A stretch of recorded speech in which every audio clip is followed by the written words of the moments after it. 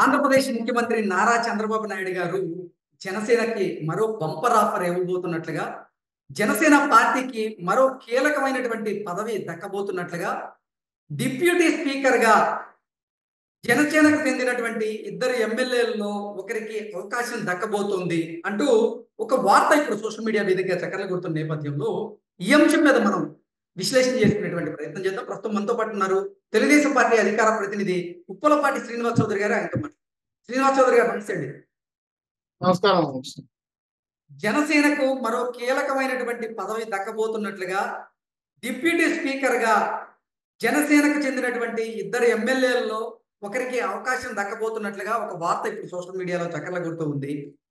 కాకినాడ రూరల్‌కి చెందినటువంటి జనసేన ఎమ్మెల్యే పంతం నానాజీ గారు, అలాగే లోకం మాధవి, వీళ్ళిద్దరిలో ఎవరో ఒకరికి డిప్యూటీ స్పీకర్ పదవి దక్కబోతుందని, అంటే జనసేన నుంచి మహిళలకి మంత్రి పదవి దక్కపోవడంతో ఇప్పుడు లోకం మాధవి గారికి డిప్యూటీ స్పీకర్‌గా అవకాశం దక్కబోతుంది అంటూ ఒక వార్త సోషల్ మీడియా వేదికగా చక్కర్లు కొడుతూ ఉంది. దీని మీద మీ విశ్లేషణ ఏంటి? మొదట కృష్ణ గారు, మీకు అలాగే టీవీ ప్రేక్షకులకి తెలుగుదేశం ప్రజలకు నమస్కారాలు.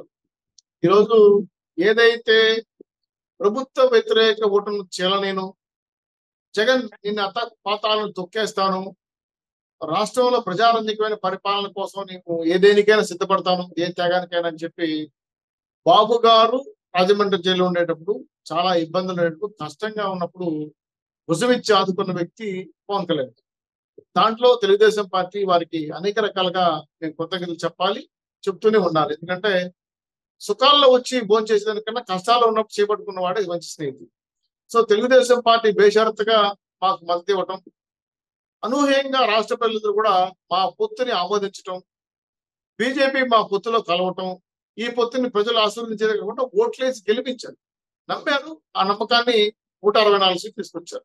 సో ఏదైతే నిట్ట నిలువున కాపులను చీల్చేయాలని కుట్ర చేసి ముద్రగడని, హరిరామ జోగయ్యని ఇలాంటి పాచికలు వేసి వాళ్ళ చివరి పేర్లు మార్చుకునే పరిస్థితికి వచ్చేసి, వాళ్ళ పొలమే వాళ్ళని వెలివేసే పరిస్థితికి వచ్చి కుల రాజకీయాలు చేసిన జగన్మోహన్ రెడ్డి గారికి గుణపాఠం చెప్పారు కాపు సమాజం. సో అప్పుడు చూసినప్పుడు పవన్ కళ్యాణ్ గారు ఈ విషయంలో కీలక పాత్ర వహించారు. కాపు సమాజం పూర్తిగా కూడా పవన్ కళ్యాణ్ నమ్మారు. అందుకే ఓట్ ట్రాన్స్ఫర్ చాలా క్లియర్ గా జరిగింది కాబట్టి 164 సీట్లు పైచిలకు మా కుటుంబకి రావడం వల్ల కీలక పాత్ర పోషించారు. కాబట్టి పవన్ కళ్యాణ్ గారిని డిప్యూటీ సీఎం ఇచ్చారు, మంత్రి పదవి ఇచ్చారు. ఇప్పుడు ఇంకా మనోహర్ గారికి కూడా సివిల్ సప్లై మినిస్టర్ ఇచ్చారు. అలాగే ఇంకా కొంతమంది ఆశపడే వాళ్ళు ఉన్నారు, నానాజీ గారు, మాధవి లాంటి వాళ్ళు ఉన్నారు. కాబట్టి అయితే డిప్యూటీ స్పీకర్ ఇస్తారు అనే వాదన జరుగుతా ఉంది. ఒక అధికార ప్రతినిధిగా నేను పేర్లు అనౌన్స్ చేయడం సమంజసం కాదు. కాకపోతే ఏంటంటే వాళ్ళకున్న ఆలోచన వాళ్ళ అధిష్టానానికి తెలియజేస్తే పవన్ కళ్యాణ్ గారు, బాబు గారు, బీజేపీ నాయకులు కూర్చొని నిర్ణయం తీసుకుంటారు. కూటమి యొక్క సమన్వయ కమిటీలో మాట్లాడిన తర్వాత ప్రయారిటీ ఇచ్చే ఆస్కారం ఉంది.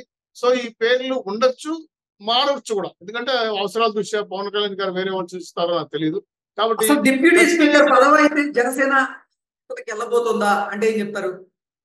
100% దాంట్లో అనుమానమైన అక్కర్లేదు. ఇప్పటికే మేము వాళ్ళకి మంత్రి పదవి, ఉప ముఖ్యమంత్రి పదవి, ఇంకో పదవి కూడా ఇచ్చాం. ఖచ్చితంగా డిప్యూటీ స్పీకర్ వాళ్ళు అడగకపోయినా బాబు గారు ప్రపోజల్ చేశారనే మాకు ఆలోచన ఉంది. సో ఇస్తే తప్పేం కాదు. ఎందుకంటే అదేమి పెద్ద కుటుంబకి నష్టం వచ్చే కార్యక్రమం, అభివృద్ధి చెందే కార్యక్రమం. కాబట్టి ఒక మహిళగా ఆమెకి ఇస్తే, ఎవరైనా మహిళకి ఇస్తే కూడా మంచిదని నేను అనుకుంటున్నాను. Decision is a final superior of power star Pawan Kalyan. వారు ప్రతిపాదిస్తే తప్ప టీడీపీ కూటమి ఆమోదించే పరిస్థితి లేదు. కాకపోతే పోటీలో చాలా మంది, నాకు తెలిసి వైజాగ్ లో వ్యక్తి కూడా పోటీ పడుతున్నాడు, అది కూడా తెలుసు నాకు, ఇది డిప్యూటీ స్పీకర్ కోసం. అలాగే ఇంకొక వేరే మహిళ, ఈ మహిళ కాకుండా వేరే వాళ్ళలో కూడా ఒక ఏదో ఈక్వేషన్స్, కాస్ట్ ఈక్వేషన్స్ చూపించి వాళ్ళు కూడా అడుగుతున్నారనే ఆలోచనతో ఉన్నారు. So whatever maybe Pawan Kalyan గారికి, జనసేన పార్టీకి పార్టీలో మరొక ఉన్నత పదవి దక్కే అవకాశం ఉంది.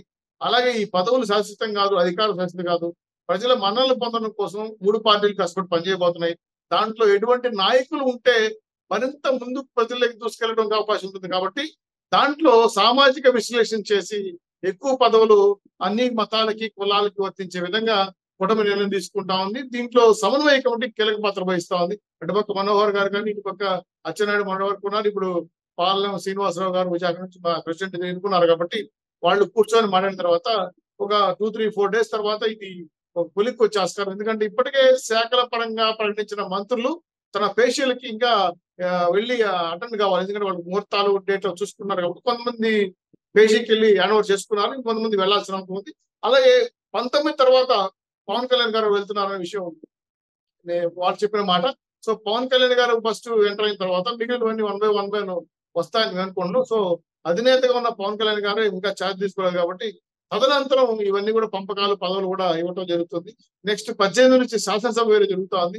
ఈ లోపల ఫుల్ఫిట్ చేసి 18 లోపల అనౌన్స్ చేస్తే స్పీకర్ డిప్యూటీ స్పీకర్ కూడా ఆ ఫామ్ లోకి వచ్చే అవకాశం ఉంది. కాబట్టి అసెంబ్లీ సకరంగా నడవాలంటే స్పీకర్ డిప్యూటీ స్పీకర్ ఉండాలి. కాబట్టి దీని మీద వీళ్ళని తొందరలో కొలిక్కి వస్తుంది అనుమానం ఎక్కర్లేదు. కానీ what maybe Pawan Kalyan గారు మాత్రం మంచి ఆఫరే బంపర్ ఆఫర్ ఇస్తున్నారు అనే విషయం తెలుగుదేశం పార్టీ ఏ అనుమానం ఎక్కర్లేదు.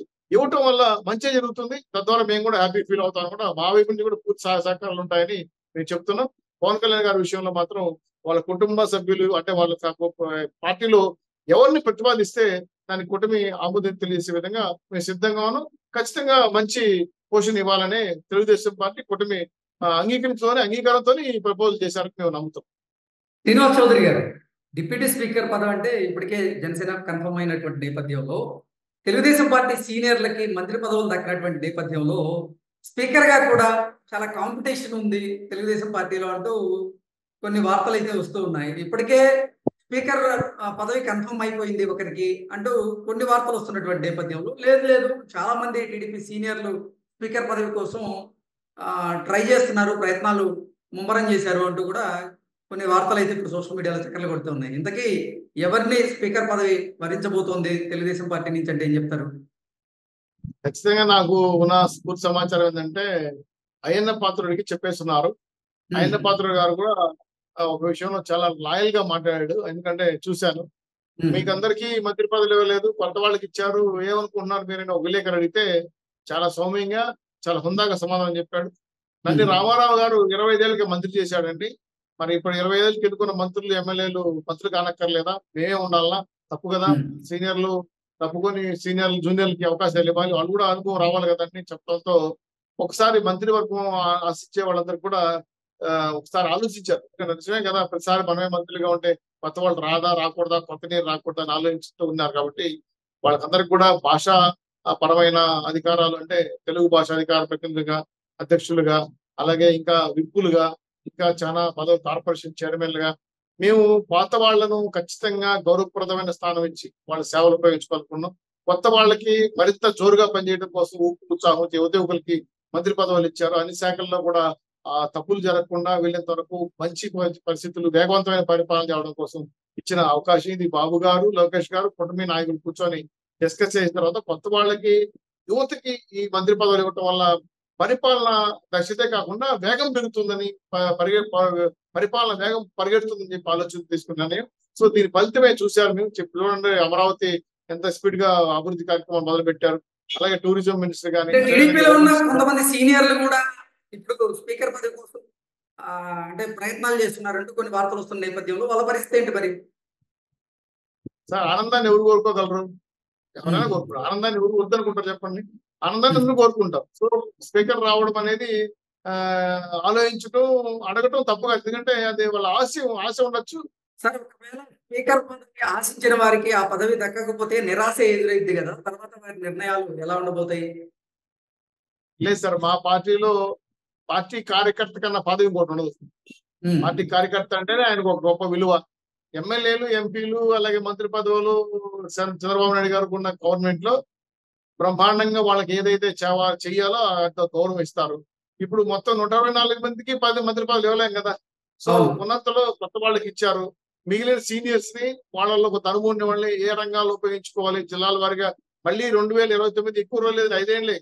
నేను జగన్మోహన్ కళ్ళు మూసుకోవడానికి జరిగిపోతుంది, కట్ అయిపోతుంది. సో కళ్ళు మూసుకునే లోపల 5 ఏళ్ళు వస్తుంది.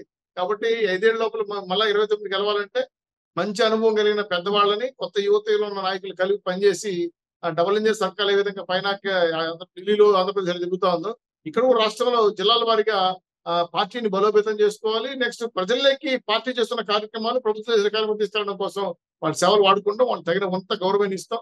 ఏ మంత్రి పదవికో ఇన్ఛార్జి మంత్రులు ఉంటారు, చాలా ఉన్నాయి పదవులు, చాలా మంది నాకు తెలుసు. వాళ్ళందరికీ కూడా అకామిడేట్ చేస్తారు. కాబట్టి ఎవరికి ఎటువంటి అసంతృప్తులు రావు, వచ్చే అవకాశం కూడా. ఎందుకంటే చాలా మంది సీనియర్లు మెచ్యూరిటీ మెంట్ ఆలోచించి చెప్తున్నారు. కాబట్టి మాకు అటువంటి బాధలు రావు. పవన్ కళ్యాణ్ గారు కానీ, అలాగే బీజేపీ నాయకులు కానీ, మేము కానీ చాలా కూల్ గా సమర్థవంతమైన ముఖ్యమంత్రి, సమర్థమైన మంత్రివర్గంతో ఈ పరిపాలన సాగించి మేము ప్రజలకు ఏదైతే హామీ ఇచ్చామో, ప్రజలు ఏ ఆస్తి కోసం మమ్మల్ని గెలిపించారో ఈ రెండింటిని, అభివృద్ధిని, సంక్షేమాన్ని రెండు కలుగా తీసుకెళ్లి రాష్ట్ర భవిష్యత్తు నిలబెడతాం. Okay sir. ఆంధ్రప్రదేశ్ తీసుకొస్తాం, ఆంధ్రప్రదేశ్ నిర్మిస్తాం.